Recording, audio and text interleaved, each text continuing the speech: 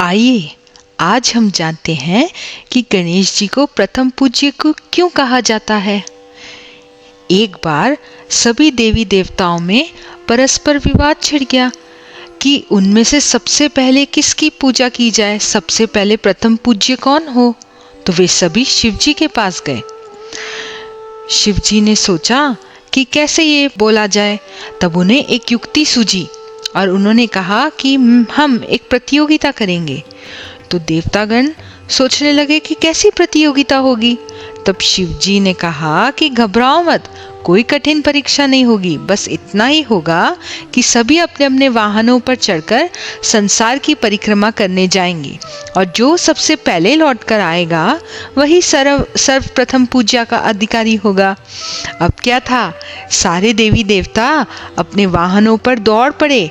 किसी का वाहन गजराज था तो किसी का सिंह, किसी का भैंसा तो किसी का मृग, किसी का हंस तो किसी का उल्लू, किसी का अश्व तो किसी का श्वान। अभिप्राय यह कि वाहनों की विविधता के दर्शन देखने मिलते थे।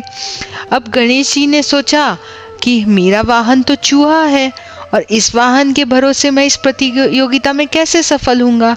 तो वे एक जगह बैठकर सोचने लगे। फिर बहुत सोचने के बाद उन्हें एक युक्ति सूझी। उन्होंने सोचा, शिवजी तो स्वयं ही जगदात्मा है, यह सारा संसार तो उन्हीं का प्रतिबिंब है, तो क्यों ना मैं इनकी ही परिक्रमा कर लूं। ये सोचकर गणेश जी ने शिव जी की परिक्रमा कर ली और फिर निश्चिंत होकर बैठ गए। धीरे धीरे देवता अपनी परिक्रमा करके लौटने लगे। जब देवता सारे लौट गए तो उन्होंने देखा गणेश जी तो पहले से ही बैठे हुए हैं वहां पे। तो उन्होंने पूछा, गणेश जी क्या आप विश्व की परिक्रमा करके आ गए।